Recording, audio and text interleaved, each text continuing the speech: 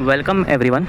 आज के हम इस वीडियो में सीखेंगे क्या कंपनी डिविडेंड कब पे करती है, डिविडेंड क्या होता है, बोनस क्या हो जाता है और हम स्टॉक स्प्लिट क्या रहता है, राइट इशू क्या रहता है। तो सबसे पहले हम लोग जानेंगे क्या डिविडेंड क्या हो जाता है। देन हम लोग सीखेंगे क्या स्टॉक स्प्लिट क्या रहता है।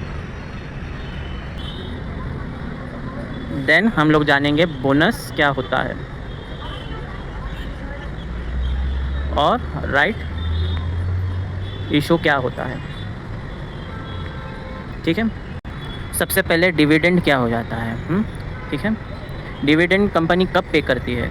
डिविडेंड कंपनी का जो प्रॉफिट होता है, जो क्वार्टरली होता है, ईयरली होता है, उसमें से कुछ हिस्सा निकालकर अपने शेयर होल्डर को as a profit we have gain, उसके बदले में थोड़ा सा अमाउंट वो रिलीज़ करती है। किस क्या बोलकर, डिविडेंड। डिविडेंड किसको बोलते हैं, certain amount of profit is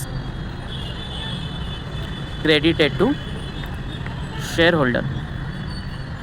ठीक है, तो डिविडेंड क्या होता है, सर्टेन अमाउंट ऑफ मनी हो जाता है जो शेयर होल्डर के अकाउंट में क्रेडिट हो जाता है। जैसे कि कंपनी जैसा क्वार्टरली रिजल्ट रिलीज़ करती है, उसी के साथ वो डिविडेंड भी अनाउंस करती है कि हम एक शेयर के ऊपर कितना डिविडेंड देने वाले हैं। जैसे आप अगर सर्च करोगे यू विल फाइंड कि this that and that company ने कितना डिविडेंड अनाउंस किया है।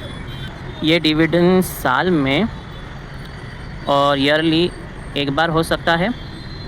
ठीक है, देन इंटीरियम भी बोल सकते हैं उसको, एक वो 6 महीने में या 4 महीने में भी एक बार दे सकती है, या एवरी 4 मंथ्स भी दे सकती है।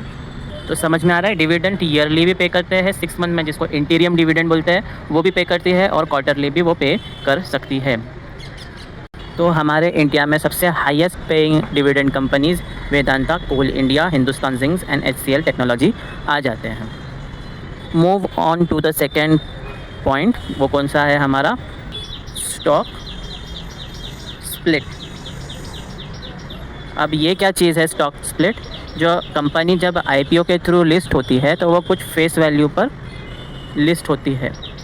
फेस वैल्यू किसको बोलते हैं, एक शेयर का प्राइस क्या होता है हमारा मार्केट में, उसका एक अमाउंट तय होता है, उसको हम फेस वैल्यू बोलते हैं। जनरली शेयर का फेस वैल्यू जो होता है वो 10 होता है, 5 होता है, 2 होता है। ठीक है, तो कंपनी क्या अनाउंस करती है, we are splitting the stock, मतलब वो 10 से 5 पे आ जाता है उसका फेस वैल्यू, और वो क्या हो जाती है,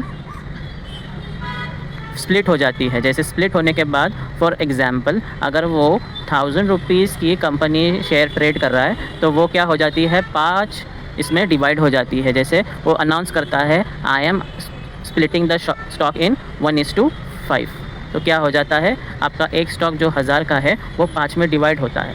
5 में डिवाइड होने के बाद उसकी प्राइस क्या होनी चाहिए, ये आपको डिवाइड करके 5 से इसका अमाउंट मिल जाए, वो क्या है 200 रुपये हो जाती है। सो पहले क्या था, 1000 को एक शेयर क्वांटिटी आती थी, लेकिन अब क्या होता है 200 रुपये में वो एक क्वांटिटी खरीद सकता है उस पर्टिकुलर शेयर की। तो इससे क्या मालूम हो जाता है, जो पहले 1000 का मिलता था आज वो 200 का मिलता है। इससे क्या समझ में आता है कि जो पहले 1000 का मिलता था वो अभी 200 का मिल रहा है, यानी हमको एक चीपर रेट मतलब सस्ते में वो चीज़ मिल जाती है ख़रीदने के लिए। इसका ऑब्जेक्टिव क्या होता है, क्या कंपनी को लगता है कि 1000 रुपया बहुत ज़्यादा है एक इंडियन इन्वेस्टर को बाय करने के लिए, तो they are just want to split the stock into 5 और 2, जैसे वो डिसाइड करेंगे उनके बोर्ड मीटिंग में।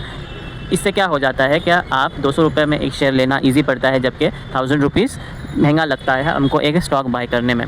जनरली बहुत सारी कंपनी स्प्लिट होती है और बहुत सारी कंपनी स्प्लिट नहीं होती है, जिस वजह से उसका प्राइस हायर लगाता है, बड़ा बन जाता है, बहुत बड़ा अमाउंट बन जाता है, जिससे इंडियन इन्वेस्टर और ट्रेडर उसको बाय नहीं कर पाते हैं, और उसके वजह से वॉल्यूम क्या हो जाता है, ट्रांजैक्शन उस शेयर का लो हो जाता है। तो कंपनी को लगता है कि अगर हम स्प्लिट करेंगे तो उसका जो वॉल्यूम है, उसका जो ट्रांजैक्शन का फेज़ है वो बढ़ जाएगा, लोग ज़्यादा ट्रेड करेंगे उस स्क्रिप्ट में, उस कंपनी में, उस स्टॉक में ज़्यादा करके इन्वेस्ट करेंगे। इसका यही एक मोटो होता है। Move on to bonus share. Bonus share क्या होता है, बोनस शेयर भी उसी की तरह एक इंस्ट्रूमेंट है। कैसे, क्या वो बस अपने शीट में जो उन्होंने बनाया होता है, क्या हम अगर 10,000 हमने रुपए डाले हैं थ्रू शेयर्स, तो हम इसको 20,000 करेंगे और क्या करेंगे 1:1 बोनस देंगे। जो शेयर होल्डर के पास एक क्वांटिटी होगी उनको हम एक क्वांटिटी फ्री में देंगे, पर उसमें क्या क्या प्रॉब्लम आ जाता है, क्या वो शेयर का प्राइस एडजस्ट हो जाता है एक को एक मिलने की वजह से। इससे क्या होता है कि प्लेयर्स बढ़ते हैं उस स्क्रिप्ट में, उस कंपनी में ज़्यादा शेयर की क्वांटिटी बढ़ जाती है और प्राइस जो है वो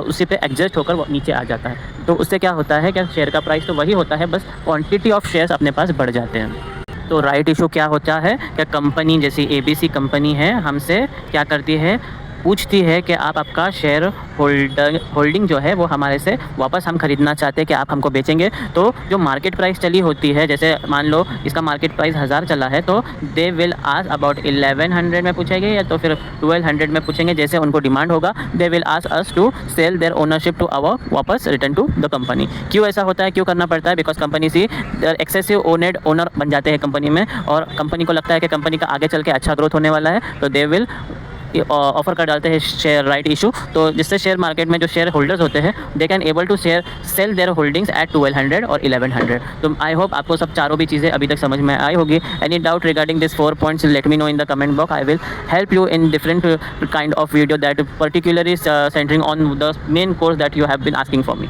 थैंक यू फॉर वॉचिंग।